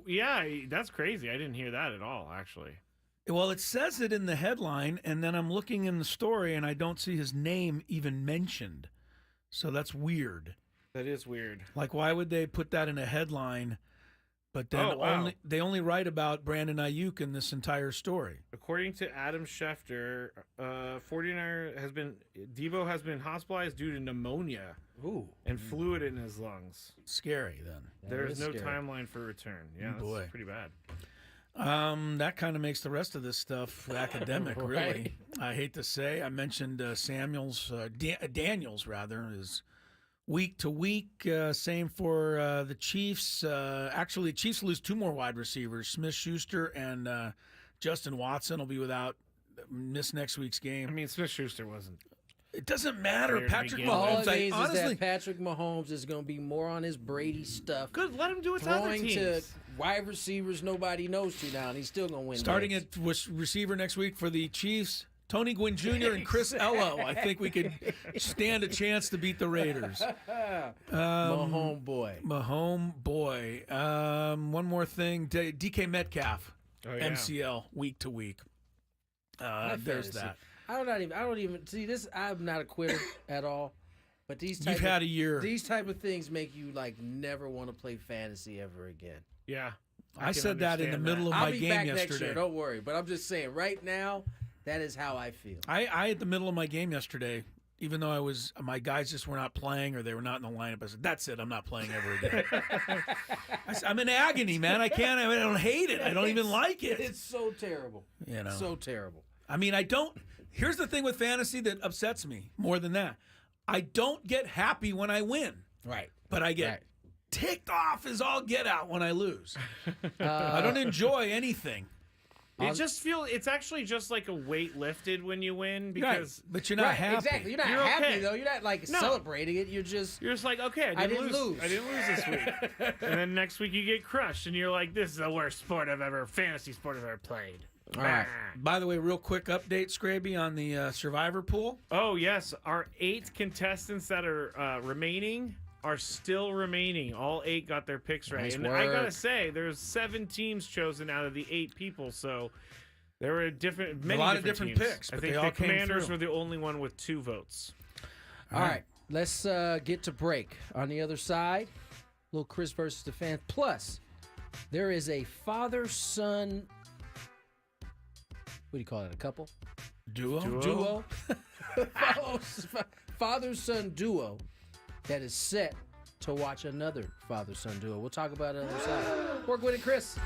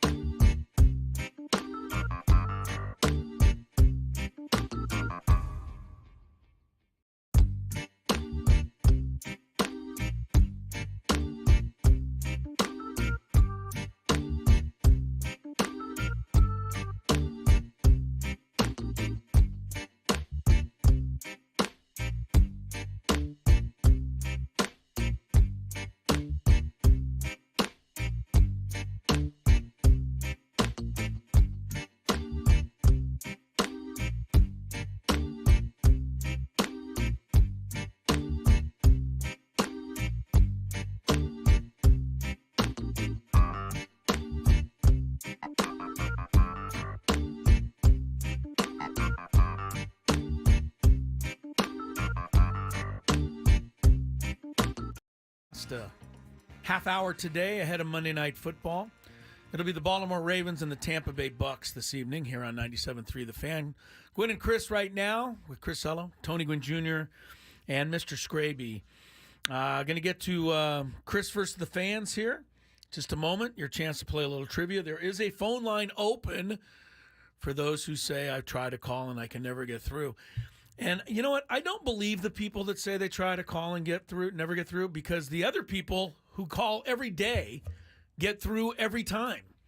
It's because they're early birds on the people that get through. My buddy who I was dogging here with the 49ers segment said he was calling too. But I told him we had already moved on, so his call came in late.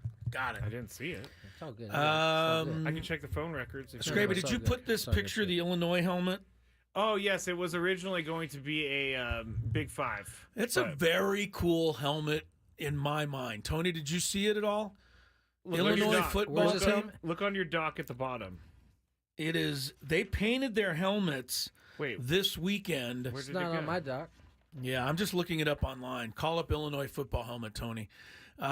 They painted their helmets this weekend. I did see that. Against Michigan. They look like they're old. They look like they were old leather helmets. Yeah. But they put it on a real helmet. It really, I think, looks great. What do you think, Tony? I think it looked good, too. Do you know that they hand-painted each one of those? They would have had to, based on how real they looked at the time. I mean, I was looking at them on the TV screen. So before I figured out what was going on, I'm like, yo, these dudes are really playing in leather helmets, going full tilt like this. And then sound came on, you started hearing the helmets actually crack. I was like, oh, okay, they painted those. Those are pretty sweet, though. They are. Took 2 hours to paint each one. Yeah. And there's 125 guys on the team? Is that true? Yes, college football. Gosh. There's a ton of guys on those teams. 125 guys. Easily. Man, on a Division I football that's team. That's what the new limits coming in are about. Football won't have as many spots. That's a lot of people on a team. Yeah. What does the NFL have, like 56 players or something? 53 on the active roster. All right, Chris versus the fans coming up here. Chance to win a pair of tickets to see Social Distortion at the Observatory North Park. They're playing on December 22nd. You're playing now. If you had one shot, one opportunity to take down the human almanac himself, howdy do. Now is your time. Listen to me, this guy is dangerous. Now is your opportunity to win a prize. Well, I hope you know Gen 4. Chris versus the fans starts now on 97.3 The Fan. All right. Gotta turn your mic on first. Now, I was trying to talk to a contestant, and I'm going to put his name in the computer now. There we go. The rules. You have to make it through 3 questions. Each question will get more difficult. If you get the question right, you move on. If you get the question wrong and Chris gets it right, you're eliminated. But if Chris gets it wrong, then you move on to the next question or you win. Chris versus the fans is presented by SD Fat Loss. Lose 20 to 30 pounds in just 60 days. Visit sdfatloss.com to schedule your free consultation. And if you're a first-time player, let us know before you get into it, and you'll get that question for free today. Boom. The more I look at these helmets, the more I really like them. Does it ever not make even you kind of like them? Does it ever make you think? Because I've thought this many times, but where's this going? Why did they think that a little piece of leather was going to protect your head? That's a great question, actually. They didn't even bother with a face mask till the 60s. I know. Dude. It doesn't matter. It Can you doesn't make any imagine the sense to me. concussions they were having? Oh, gosh. Well, How they were about- slower, though, right? I mean, I guess so. Is that crazier, or is it crazier that NHL goalies didn't wear masks until the late 60s? That's crazy. Yes. That's crazy. That puck is coming. First of all, that puck is might as well be a hard ball. Who says, hey, I know I don't have a helmet on, but I'll be goalie? I'll stick my head in there. No one. You got to be a psycho. Goalie, yeah. You got to be a psycho. Oh, my gosh. Things are a little different. My mouth is hurting just thinking In about the day. a puck coming. Oh, That's why hockey players don't have teeth. that's terrible. Many All right, times. so let's get to our first contestant. Did we already said the prize, Social Distortion? We did. Okay. Yeah, we need a name. We get Robert. it all. Robert, welcome to the show. Happy Monday. Happy Monday. All right. Here we Hi, go. Robert. First question. Hello. Hello. Who leads the Padres franchise in home runs? Nate Colbert. Nate Colbert. Nate Colbert.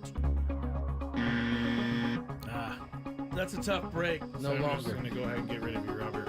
If you knew Nate Colbert, you're a good Padre fan, Yeah. but it's Manny beat it Yes, late he in the did. season. Yes, so he Manny did. Machado is the answer. All time Sorry for about Mr. that. Machado. We move Robert? to our next contestant. Hayden. Hayden, welcome to the show. What's up, boys? Hey, Thank you Hayden. for having me. Thank Of you course, for being thanks for on calling. with us. Here we go. First question. Everybody's favorite quarterback, Aaron Rodgers, played football at what college? Oh, jeez. I don't have this one off the dome. Ooh. Trying to picture him in a college uniform. It had to be a big school. Oh, jeez. I don't know, man. Let's go Berkeley. I don't know how in the world you got that, but you Berkeley. did. You did. It is. I saw him in a navy blue uniform in my head. There That you was go. what happened. There Nice you go. work. He's a California guy, too. So. We'll go to question Hayden, your head is weird. number Not the 2. first time I've been told that, Chris. Appreciate it. What athlete is the only to play in a Super Bowl and a World Series? I mean, that narrows it down to 2 guys, right? It's either Bo or Dion. Let's go Dion. Oh, no, that's not it. No, you just Yeah, got no, it. you got it. just That's got right. it. That is correct. Deion Sanders played a football game in Miami with the Falcons. Helicopter? No, he didn't helicopter. He private jetted himself back to Atlanta to play in a World Series game in which they won, and then he proceeded to Guys douse definitely Tim. got in the Super Bowl. Proceeded to douse. Wow, I actually thought I got that wrong. Yeah, no, you got it right. You got You it want right. to know something, by the way? We haven't talked at all about Dion. We talked about it all year last year. This year, we're not talking about it. Why? Because he's 5-2. He's doing really well. That's why you're not talking why about I it. don't We're not know. talking It's about just he's just playing football playing and winning football. games. Oh, I'm sure he is. Just playing Oh, stop football, it. winning Just wait games. until the Scraby. actual Another conference play hater. happens. It is out actually is there. happening already there, buddy. Here we go. Question number 3. All right, hang with me here because this is like an essay I'm about to read to you. Higashioka homered 17 times in 24, after Gary Sanchez went deep 19 times in 23. You with me? I am. All right. Which Padres backstop racked up 4 consecutive 15-homer seasons in franchise history? Wow, 4 consecutive. For a catcher. Padre catcher. This has got to be like 2000s, right? I don't know. I can't help you there. I don't know. There. I'm just thinking out loud here. Oh, my goodness. Oh, I'm drawing a blank. All right. Let's go. Give me a name. How about Mike Piazza? I don't know. It's a name. lost It's, it. it's That's a it's good name. one. That's a thought. good thought. Stay there, Hayden. Didn't hate that. 15 homers for 4 consecutive seasons, was it? Yes, it was. I don't know. Was it Benito? Benito Santiago. No, it wasn't. Wow. Hey. Stay right there, Hayden. Gene Tennis. Gene Tennis. Yes. You know where I got this from? Notched 15-plus homers in each season from 77 to 80. How about that? I got that from Take that. AJ Casavel's newsletter last week. He has great trivia questions. I'm always clicking for the trivia. Hey, you got to get them where you can. Yes. Well, and there it is. Gene Tennis on the all-time top 10 Padre list. I bring it up all the time. Tony Gwynn. Gene Tennis on base percentage. All-time leader ahead of your dad. Nice job, Hayden. Hey, Good job, Hayden. Take a step back. Sit there for a second until we finish this segment. Scraby will catch you on the other side, get your information. That was a good little good work. Chris versus the fan there. That was a good round. Good questions, And too. Hayden, yeah, Thank good you. questions there. I got something that we didn't talk about, but I don't know. We could do it in the. Is there something we have for the final segment? No, it was just me trying to prove that there was holding on that play against Nick Bosa. So I think we've alrery talked about that. Go back to the 49ers. But you don't want to sound like sour grapes. No, originally before the show, I put this in there. But if you have better stuff to talk about, please. I do. Because sour grapes is what the coach of the Minnesota Lynx is sounding like to me. I get there were some missed calls at the end of the game last night, and a couple of them benefited the Liberty, and the Liberty won the championship. And the Minnesota head coach says not only was the officiating bad, but says flat out that the championship was stolen from us. And you know me, Tony, I'm pretty sure you're going to agree with me. I mean, this kind of stuff is getting so old and so tired. And to me, Cheryl Reeve is the coach's name. She's won 4 titles in the past. Did not win the 5th with Minnesota. New York got there first. But I think she should, even if she thought the refereeing was horrible, she should have taken a moment to think the WNBA right now is at the height of its powers. It's getting the eyeballs it's always dreamed of. It's getting the ratings. It's getting the interest. It's getting people talking about it in the media. People are buying tickets. Those games are sold out. They're all great games. And the WNBA is just bigger than her. And the officiating was tough, and it cost them a little at the end. So be it, because the big winner was the WNBA, not the Liberty even. That's my thing. I can't stand trying to get all the discussion on the refereeing after that. I agree that you don't want the discussion on the referees, but you would have had to have the same exact energy towards the Liberty head coach who did the exact same thing after Game 4. After Game 4. And Cheryl Reeve did the same thing after they lost Game 3. Exactly. So here's the other thing. I think we as, in this case, the media, have to stop paying attention to it. At the end of the day, Liberty won that championship. And bad calls happen all the time in every game. I bring it up a lot to you guys, but it's 350 calls a game. You're talking about one at the end of the game. Right. And listen, as long as there's a human element to officiating, this is going to always be a possibility. I get it. I also don't fault her in some ways because, listen, you play that long of a season and it comes down to, in your mind, a couple calls. No. I can see you being frustrated. I'm sure 24 hours later, she probably thinks that she would have handled that differently. But I just think we got to stop paying attention to some of this stuff. I have the audio when we could play it next segment.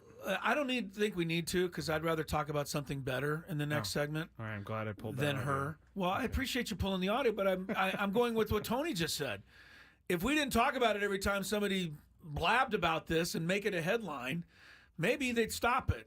Cheryl, I don't know if you think you're new or something. Pat Riley did this in the 70s. Phil Jackson did it in the 90s. 100%. Every coach has done this for every game they've lost in the history of the sport. Stop it. There were a couple of calls that did not go your way.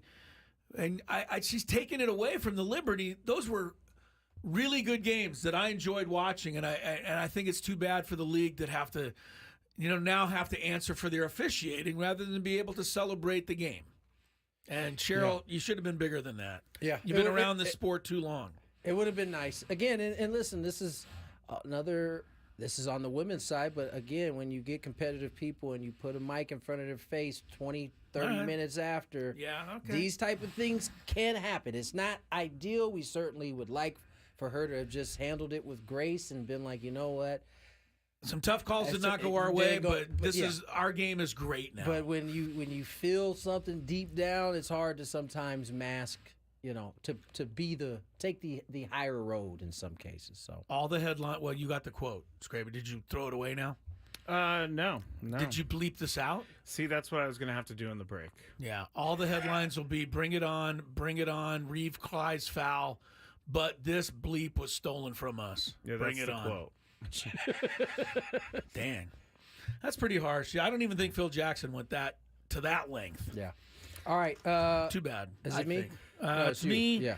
I wanted to, unless you got something better, the Aztecs basketball team did something really cool over the weekend. Yes, they did. So I think we should mention that along with whatever we have left over after traffic when we come back. From the 97.3 The Fan Traffic Center, here's Kelly.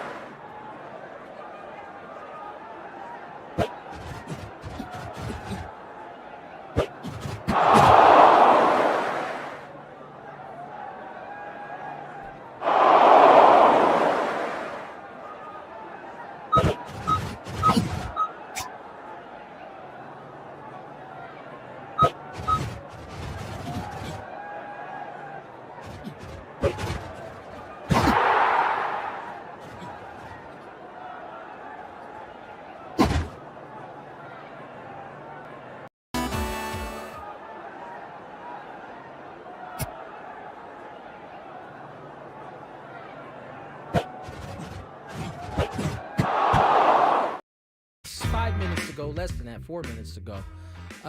Chris. Yes. Handoff. I got you. Aztecs basketball. Season's still a couple of weeks away from starting. November 4th is the opener. They hooping, though. But they're hooping, and yesterday they played UCLA, 22nd ranked team in the nation. You listening to this, Dave Marcus? You listening, buddy? We don't want you. Stay on that side. There's a closed-door scrimmage. It was played yesterday afternoon, actually. And these games used to be really secretive. They're getting less and less secretive to the point now where Mark Ziegler put it on the front page of the paper today. So right, not that much of a find secret. it too much of a secret anymore. But the Aztecs won the game over UCLA 72-67. Even more impressive, I think, for the Aztecs, their starting backcourt, Reese Waters and Nick Boyd, both missed the game, as did USD transfer Wayne McKinney. Brian Dutcher had only 8 healthy bodies. 6 of them were freshmen or sophomores. They still beat the 22nd ranked team in the nation. The guy that stood out was a guard, B.J. Davis, who got the opportunity to score 28 points for the Aztecs. Fill it up, B.J. 6 of 7 behind the arc. Last year, he only scored 14 points all season as a freshman. Put up twice that much. Our guy, Magoon Gwath, I saw him was second in scoring with 10 points. I saw a picture of him hanging on the rim. That's on where IG. he spends time, hanging on the rim. Miles Bird had 9. Brian Dutcher, of course, is quoted in the story, and I thought he said some good things. He always does. Obviously, we need to get better, et cetera. It's only a scrimmage. And he pointed out something that, makes sense. UCLA played everybody in the scrimmage, like 17 players. And they pressed the entire game. The Aztecs turned it over way too many times. Of course. Sounds like a coach. Still won that. Well, they did 24 turnovers, so that's too many. But his point about UCLA playing 15 guys, that makes it tough on a coach to get any rhythm with your team. So it wasn't going to be the fully real UCLA, but it wasn't the fully real Aztecs either. Yeah. The Aztecs won. So I think in those games, it's so Dutch. Even though they won the game, we're gonna still point out the things we need to improve on. That's typical. But I think in an ideal world, right? I think everybody's like, yeah, we'd love to have like a 10-man rotation. But the problem with that is it's tough as a team to gain rhythm with that many guys changing in and coming out, out. So either way, that's a good first step there for the Aztecs. I guess eventually they just can stop making these secret scrimmages because, like I said, they can close the door to the public, but they do close the door. They too. do. Yeah, nobody can go see the game, but it is not secret anymore. No. Ziegler had it right on the front of the paper today. That seems like one of those college things that they do, that they don't have to do from the beginning, but they just want to kind of put this. There's so many stupid rules. Mystique over this particular game. No one knows. It's the most important scrimmage of all time. Down to USC and playing them. Shh. And then we report on it the following day, and it's like, oh, yeah. That game, it did happen. I would imagine the Aztecs will have another scrimmage somewhere else down the road, but we're not privy to that information yet. Secret. Top secret. Top secret. So, winding down, Monday Night Football follows. Which game do we have again? We have the Ravens and the Buccaneers. Ravens, Buccaneers, Lamar, King Henry, Baker, Mike Evans. Should be a good one. Tomorrow has some Aztec love on here, as we will throughout the week. We'll have Coach Lewis on Friday, late in the show. So tomorrow, though, I'm looking forward to our guest. Yes. You want me to tell you? Yeah, go ahead. Go ahead. You can give it to him. Marquez Cooper, running back, who's been the star for the Aztec football team. I'm ready. All right. By the way, have you seen this Boise State guy? I mean, I know we talked about him last week. He is legit. Unreal. I have yet to see anybody actually catch him. I know. He gets in the open field and it's a wrap. We're going to see him soon enough. The Aztecs play them in a couple of weeks. All right, till tomorrow. Back at it again for a 4-hour show. Enjoy Monday Night Football. Peace.